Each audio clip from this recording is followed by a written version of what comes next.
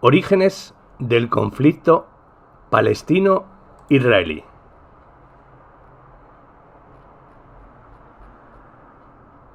Introducción. La raíz del problema. La posición sionista es que llegaron a Palestina a fines del siglo XIX para reivindicar su patria ancestral. Los judíos compraron tierras y comenzaron a construir allí una comunidad judía. Enfrentaron una oposición creciente, violenta, de los palestinos árabes, presumiblemente causada por su antisemitismo inherente. Los sionistas entonces se vieron obligados a defenderse, y en una forma u otra la misma situación continúa hasta hoy. El problema que presenta esta explicación es que es simplemente falsa, como lo mostrará la evidencia documentada contenida en este trabajo. La realidad de lo que ocurrió es que el movimiento sionista, desde el comienzo, buscaba el desposeimiento prácticamente total de la población árabe indígena, de manera que Israel pudiera ser un estado totalmente judío, o llegar lo más cerca posible de este objetivo. La tierra comprada por el Fondo Nacional Judío fue conservada en nombre del pueblo judío y no debía ser jamás vendida o siquiera arrendada a los árabes, una situación que continúa en la actualidad. La comunidad árabe, a tomar creciente conciencia de las intenciones sionistas, se opuso vigorosamente al aumento de la inmigración y de las compras de tierras judías porque presentaban un peligro real e inminente para la existencia misma de la sociedad árabe en Palestina. A causa de esta oposición, todo el proyecto sionista jamás se hubiera podido realizar sin el respaldo militar de los británicos. La amplia mayoría de la población de Palestina, a propósito, había sido árabe desde el siglo VII después de Cristo, más de 1200 años. En resumen, el sionismo se basaba en una visión errónea, colonialista del mundo, en la que importaban los derechos de los habitantes indígenas, que no importaban. La oposición de los árabes al sionismo no está basada en el antisemitismo, sino en un temor totalmente razonable de desposeimiento de su pueblo. Hagamos una observación. Los judíos es la posición que presenta aquí, que es crítica del sionismo, pero de ninguna manera antisemita. No cree que los judíos hayan actuado peor que cualquier otro grupo que hubiera hecho en su situación. Los sionistas, que eran una clara minoría del pueblo judío hasta después de la Segunda Guerra Mundial, tenían un deseo comprensible de establecer un sitio en el que los judíos fueran los amos de su propia suerte, considerando la funesta historia de opresión de los judíos. Especialmente cuando el peligro para los judíos europeos cristalizó a fines de los años 30 y más tarde las acciones de los sionistas fueron impulsadas por una real desesperación. Pero lo mismo sucedió con las acciones de los árabes. El mítico país, sin un pueblo para un pueblo, sin país, ya era el hogar de 700.000 palestinos en 1919. Esta es, como veremos, la raíz del problema. Antes de que los hebreos migraran por primera vez a la región, cerca del 1800 a.C., el país de Canaán estaba ocupado por los cananeos. Entre 3000 y 1100 a.C., la civilización cananea ya cubría lo que es hoy Israel, Cisjordania, Líbano y gran parte de Siria y Jordania. Los que permanecieron en los cerros de Jerusalén después de que los romanos expulsaron a los judíos, en el segundo siglo después de Cristo, eran un popurrí. Eran campesinos, viñadores, paganos y conversos al cristianismo descendientes de los árabes, los persas, samaritanos, griegos y antiguas tribus cananeas. Pero todos estos y ellos, diferentes pueblos que fueron a Canaán, llegaron más tarde, fueron ramitos injertados en el árbol patrón, y ese árbol patrón era cananeo. Los invasores árabes del siglo VII convirtieron a los nativos al Islam, se establecieron permanentemente y se casaron con ellos, con el resultado que ahora toda la población está tan completamente arabizada que no podemos determinar dónde terminan los cananeos y dónde comienzan los árabes. Los amplios reinos de David y Salomón, sobre los que los sionistas basan sus reivindicaciones territoriales, duraron solo unos 73 años. Posteriormente se desmembraron, Incluso si consideramos como independiente la entera historia de los antiguos reinos judíos, desde la conquista de Canaán por David en el año 1000 a.C.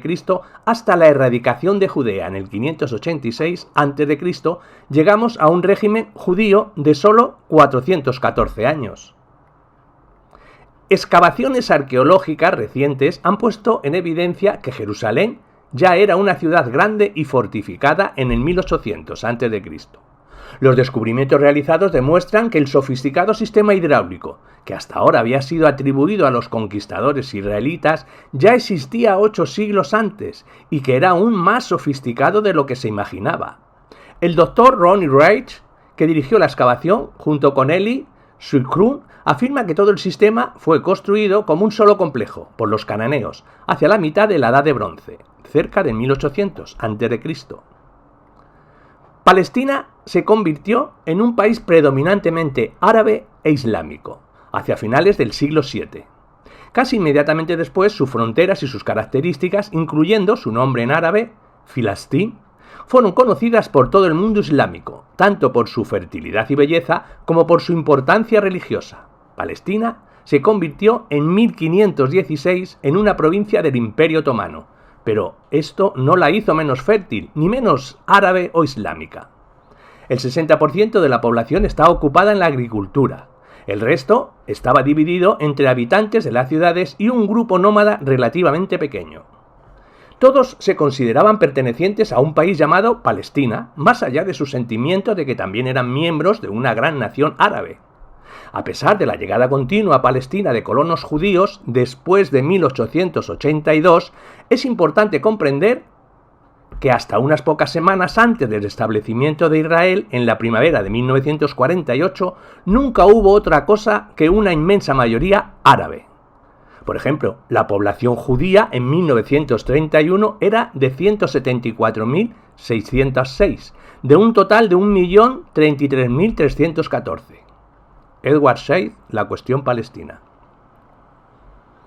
El Código Agrario Otomano de 1858 especificaba el registro de la tierra cultivable a nombre de los propietarios individuales, que en su mayor parte no había sido jamás registrada previamente y que antes había sido administrada según las formas tradicionales de propiedad de la tierra. En las áreas montañosas de Palestina, generalmente el masá o usufructo comunal. La nueva ley significó que por primera vez un campesino podía ser privado no del título a su tierra, que pocas veces había tenido antes, sino más bien del derecho a vivir en ella, cultivarla y traspasarla a sus herederos, cosa que antes había sido inalienable. Bajo las disposiciones de la ley de 1858 se ignoraron a menudo los derechos comunales de tenencia. En su lugar, los miembros de las clases altas, adeptos a manipular o burlar el proceso legal, registraron grandes superficies de tierra como propias. Los fedayín, los campesinos, consideraban naturalmente que la tierra era de su propiedad, y a menudo descubrieron que habían dejado de ser propietarios legales solo cuando la tierra fue vendida a los colonos judíos por un terrateniente absentista. No solo estaban comprando las tierras sus cultivadores árabes, estaban siendo desposeídos y reemplazados por extranjeros que tenían manifiestos objetivos políticos en Palestina. El objetivo del Fondo Nacional Judío era recuperar la tierra de Palestina como la posesión inalienable del pueblo judío. Ya en 1891, el dirigente sionista Ahad Ha'am escribió que los árabes comprendían muy bien lo que estábamos haciendo y cuál era nuestro objetivo. Theodore Herzl, el fundador del sionismo, declaró: «Trataremos de hacer desaparecer a la población árabe, pobre a través de la frontera, obteniéndole trabajo en países de tránsito, mientras le negamos trabajo en nuestro propio país». Tanto el proceso de expropiación y el traslado de los pobres deben ser realizados con discreción y circunspección. En diversas localidades del norte de Palestina, los agricultores árabes se negaron a abandonar la tierra que el fondo había adquirido a los terratenientes absentistas, y las autoridades turcas, a petición del fondo, los expulsaron. Los judíos indígenas de Palestina también reaccionaron negativamente al sionismo. No veían la necesidad de un Estado judío en Palestina y no querían empeorar las relaciones con los árabes. Antes del siglo XX, la mayor parte de los judíos en Palestina pertenecían al viejo Yishuv, o comunidad, que se había establecido por razones más religiosas que políticas. Había poco o ningún conflicto entre ellos y la población árabe. Las tensiones comenzaron después de que los primeros colonos sionistas llegaron en los años 80, cuando compraron tierras de los terratenientes árabes absentistas, conduciendo al desposeimiento de los campesinos que las habían cultivado. Durante la Edad Media, África del Norte y Oriente Próximo árabe fueron sitios de asilo y refugio para los judíos de España y otras partes. En Tierra Santa vivieron juntos relativa armonía, una armonía que solo se deterioró cuando los sionistas comenzaron a reivindicar que Palestina era la posesión justa del pueblo judío, excluyendo a sus habitantes musulmanes y cristianos. Siervos fueron los judíos en las tierras de la diáspora y repentinamente se vieron en libertad en Palestina. Y este cambio ha despertado en ellos una inclinación al despotismo. Tratan a los árabes con hostilidad y crueldad. Los privan de sus derechos, los ofenden sin causa y hasta vanaglorian de estas acciones, y nadie entre nosotros se opone a esta tendencia despreciable y peligrosa. Un artículo de Jihad Epstein, publicado en Asiroak en 1907, apeló a una nueva política sionista hacia los árabes después de 30 años de colonización. Como Ahad Haham en 1891, Epstein argumenta que no hay buena tierra disponible. Así que la colonización judía significa el desposeimiento de los árabes. La solución de Epstein al problema para que se pueda evitar una nueva cuestión judía es la creación de un programa binacional, no exclusivo, de colonización y desarrollo. La compra de tierras no debiera involucrar el desposeimiento de los aparceros pobres. Debiera significar la creación de una comunidad agrícola conjunta en la que los árabes disfruten de la tecnología moderna. Las escuelas, hospitales y bibliotecas debieran ser no exclusivas y la educación bilingüe, la visión de una cooperación no exclusiva y de una cooperación pacífica para reemplazar la práctica del desposeimiento no encontró gran aceptación. Epstein fue difamado y despreciado por su pusilanimidad. Los pogromos obligaron a numerosos judíos a abandonar Rusia. Sociedades conocidas como los Amantes de Sion, que fueron las predecesoras de la organización sionista y convencieron a algunos de los emigrantes ahuyentados a que fueran a Palestina. Allí, argumentaron, los judíos reconstruían el antiguo reino de David y Salomón judío. La mayor parte de los judíos rusos ignoraron su llamada y huyeron a Europa y a los Estados Unidos. Hacia 1900, casi 1 millón de judíos se habían establecido solo en los Estados Unidos. La declaración Balfour, hecha en noviembre de 1917 por el gobierno británico, fue hecha por una potencia europea respecto a un territorio no europeo, haciendo caso omiso tanto de la presencia como de los deseos de la mayoría nativa residente en ese territorio, como escribió el propio Balfour en 1919. La contradicción entre la letra del pacto, la declaración anglo-francesa de 1918, prometiendo a los árabes de las antiguas colonias otomanas que como recompensa por su apoyo a los aliados podrían obtener la independencia, es aún más flagrante en el caso de la nación independiente de Palestina que en la de la nación independiente de Siria. Porque en Palestina ni siquiera tenemos la intención de pasar por la formalidad de consultar los deseos de los actuales habitantes del país. Las 4 potencias están comprometidas con el sionismo y el sionismo, tenga razón o no, para bien o para mal, está enraizado en una antiquísima tradición, en necesidades presentes, en esperanzas futuras, de una trascendencia mucho más profunda que los deseos y prejuicios de los 700.000 árabes que habitaban ese antiguo país. El alto comisionado británico para Palestina, John Chancellor, reinició la suspensión total de la inmigración y de la compra de tierras por parte de judíos para proteger a la agricultura árabe. Dijo que toda la tierra cultivable está ocupada, que ninguna tierra cultivable en posición actual de la población indígena puede ser vendida a los judíos sin crear una clase de agricultores árabes sin tierra. La oficina colonial rechazó la recomendación. John Kigley, Palestina e Israel, un desafío a la justicia. En 1919, la comisión King-Crane, estadounidense, pasó 6 semanas en Siria y Palestina, entrevistando a delegaciones y leyendo peticiones. Su informe indicó: Al comenzar su estudio del sionismo, los comisionados estaban predispuestos a su favor. Durante las conferencias de la comisión con representantes judíos, apareció repetidamente el hecho de que los sionistas deseaban un desposeimiento casi total de los actuales habitantes no judíos de Palestina, mediante diversas formas de compras. Se ha de tener vigencia el principio de autodeterminación y de esa manera los deseos de la población palestina que jueguen un papel respecto a lo que hay que hacer con Palestina. Hay que recordar que la población no judía de Palestina, casi 9/10 del total, está enfáticamente en contra de todo el programa sionista. Someter a un pueblo con esa opinión a una inmigración judía ilimitada sería una burda violación del principio citado. Ni un solo oficial británico consultado por los comisionados pensaba que el programa sionista pudiera realizarse sin recurrir a la fuerza de las armas. La opinión generalizada de los oficiales era que se requeriría una fuerza de por lo menos 50.000 soldados, solo para iniciar el programa. Esa opinión por sí sola evidencia un fuerte sentimiento sobre la injusticia del programa sionista. La reivindicación inicial, presentada a menudo por los representantes sionistas, de que tienen un derecho a Palestina basado en su ocupación de hace 2000 años, apenas puede ser considerada seriamente. Citado en Daily Arab Reader. La política agraria sionista fue incorporada a la constitución de la Agencia Judía para Palestina. Hay que adquirir tierra como propiedad judía y el título de propiedad de las tierras adquiridas ha de ser extendido a nombre del Fondo Nacional Judío, con el fin de que éstas sean mantenidas como propiedad inalienable del pueblo judío. La normativa continúa estipulando que la agencia promoverá la colonización agrícola basada en el trabajo judío. El efecto de esta política de colonización sionista sobre los árabes fue que la tierra adquirida por los judíos se exterritorializó, cesó de ser tierra de la cual los árabes pudieran jamás esperar algún provecho.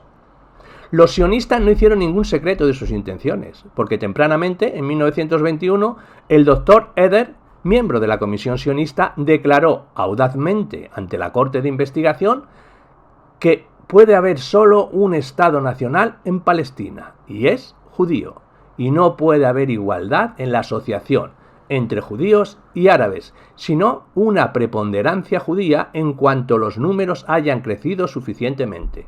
Solicitó a continuación que solo se permitiera portar armas a los judíos. Sammy Hadavi, cosecha amarga. Evidentemente, lo último que deseaban realmente los sionistas era que todos los habitantes de Palestina tuvieran la misma participación en el manejo del país.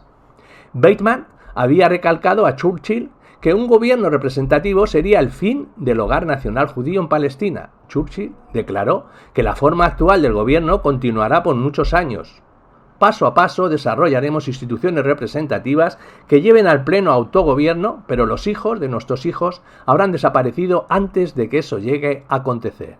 David Hirsch, El fusil y la rama de olivo. Aunque nadie hubiera perdido su tierra, el programa sionista era básicamente injusto, porque negaba los derechos políticos de la mayoría. El sionismo, como cuestión de principio, no podía aceptar que los nativos ejercieran sus derechos políticos porque significaría el fin de la empresa sionista.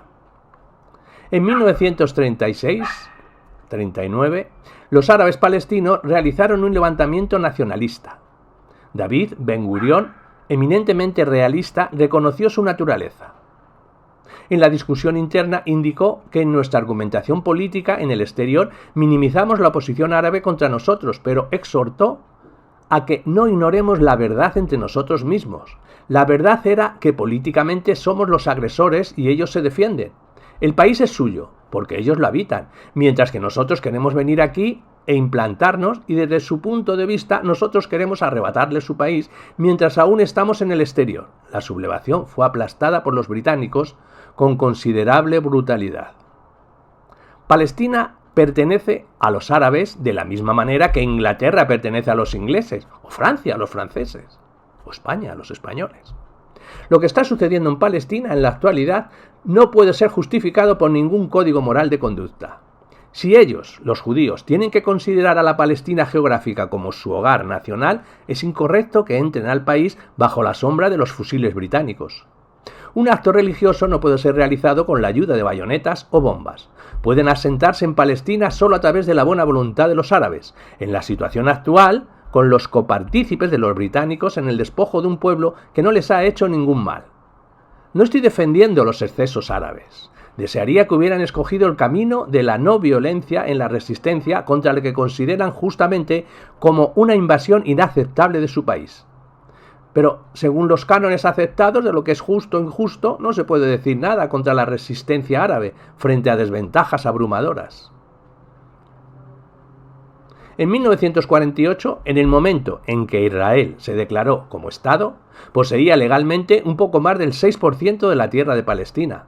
Después de 1940, cuando la autoridad del mandato limitó la propiedad judía de tierras a zonas específicas dentro de Palestina, continuó la compra y la venta ilegal dentro del 65% del área total reservada a los árabes. De esta manera, cuando se anunció el plan de partición en 1947, incluía tierra en posesión ilegal de los judíos que fue incorporada como un hecho consumado dentro de las fronteras del Estado judío. Y después que Israel anunció su categoría de Estado, una serie impresionante de leyes asimiló legalmente inmensas extensiones de tierras árabes, cuyos propietarios se habían convertido en refugiados y que fueron declarados propietarios ausentes a fin de apropiar y expropiar sus tierras e impedir su retorno bajo cualquier circunstancia. La partición de Palestina por la ONU. En esa época, noviembre de 1947, los Estados Unidos habían emergido como el partidario más agresivo de la partición. Los Estados Unidos lograron que la Asamblea General demorara una votación para ganar tiempo hasta conseguir que ciertas repúblicas latinoamericanas se alinearan con sus propios puntos de vista. Algunos delegados acusaron a los funcionarios estadounidenses de intimidación diplomática. Sin la terrible presión de los Estados Unidos sobre gobiernos que no se podía permitir el riesgo de represalias estadounidenses, dijo un editorialista anónimo, la resolución jamás hubiera sido aprobada. John Kigley, Palestina e Israel, un desafío a la justicia. Lo siento, señores, pero tengo que satisfacer a cientos de miles que están ansiosos de ver el éxito del sionismo. No tengo cientos de miles de árabes entre mis electores. El presidente Harry Truman, citado en Antisionismo. El rechazo árabe se basó en el hecho de que pese a que la población del Estado judío sería solo la mitad judía, y de que menos del 10% de la tierra estaría en manos judías, los judíos iban a ser establecidos como la entidad gobernante. Un acuerdo que ningún pueblo que se respetara podría aceptar sin protesta, por no decir más. La acción de las Naciones Unidas estaba en conflicto con los principios básicos por los cuales se había establecido la Organización Mundial, es decir, defender el derecho de todos los pueblos a la autodeterminación. Al negar a los árabes palestinos, que formaban una mayoría de 2/3 en el país, el derecho de decidir por sí mismo, las Naciones Unidas habían violado su propia carta. Mientras la dirección de Yishud aceptó formalmente la resolución de partición de 1947, grandes sectores de la sociedad israelí, incluyendo a Ben Gurion, estaban en oposición o extremadamente descontentos con la partición y consideraban desde el principio la guerra como una oportunidad ideal para expandir las fronteras del nuevo Estado, más allá de las fronteras determinadas en la partición por la ONU, y esto a costa de los palestinos. Del historiador israelí Benny Morris en Tikkun, marzo de abril de 1998. En una discusión interna en 1948, David Ben Gurion declaró que después de que nos convirtamos en una fuerza mayor, como resultado de la creación del Estado, aboliremos la partición y nos expandiremos a toda Palestina. En 1948, Menachem Begin declaró que la partición de la patria es ilegal, jamás será reconocida.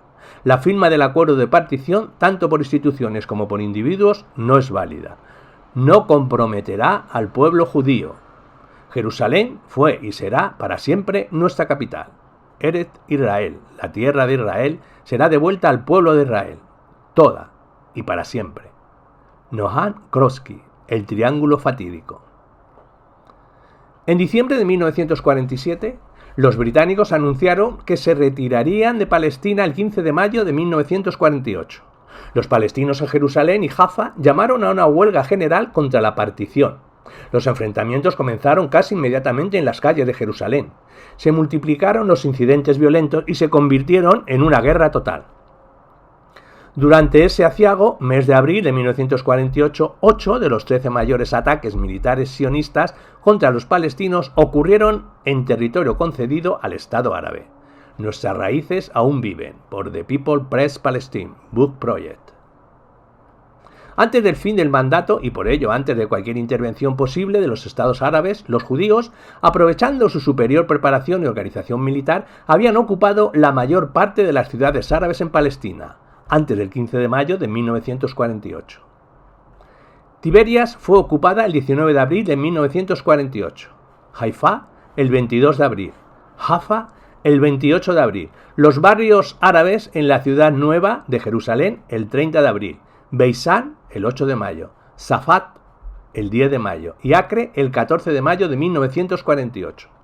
En comparación, los árabes palestinos no se apoderaron de ninguno de los territorios reservados al Estado judío bajo la resolución de partición. El autor británico Henry Cottam, Palestina, los árabes e Israel. Menahem Begin, el líder de Irgun, relata que en Jerusalén, como en otras partes, fuimos los primeros en pasar de la defensiva a la ofensiva. Los árabes comenzaron a huir aterrorizados. La Ganá estaba realizando exitosos ataques en otros frentes mientras todas las fuerzas judías avanzaban a través de la Haifa, como un cuchillo cortando mantequilla. Los israelíes arguyen ahora que la guerra en Palestina comenzó con la entrada de los ejércitos árabes a Palestina, después del 15 de mayo de 1948.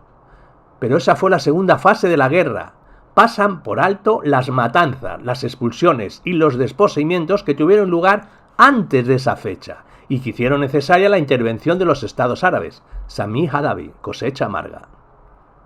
Durante todo el día del 9 de abril de 1948, Irgun y soldados Lehi realizaron la matanza de una manera fría y premeditada. Los atacantes alinearon a hombres, mujeres y niños contra los muros y los fusilaron. La crueldad del ataque contra Deir Yassin horrorizó por igual a la opinión pública judía y mundial. Llenó de miedo y pánico a la población árabe y llevó a la huida de sus hogares de civiles desarmados en todo el país. Del autor israelí Simha Flapan, El nacimiento de Israel. Al llegar 1948, los judíos no solo estuvieron en condiciones de defenderse, sino que también de cometer atrocidades masivas. Por cierto, según el exdirector de los archivos del ejército israelí, se cometieron actos que son definidos como crímenes de guerra, masacres y violaciones en casi cada aldea que ocupamos durante la Guerra de Independencia, Urim y Stein. El respetado historiador militar israelí de la guerra de 1948 va aún más allá, sosteniendo que cada escaramuza terminaba en una masacre de árabes. Norman Finkelstein. Imagen y realidad del conflicto israelí-palestino.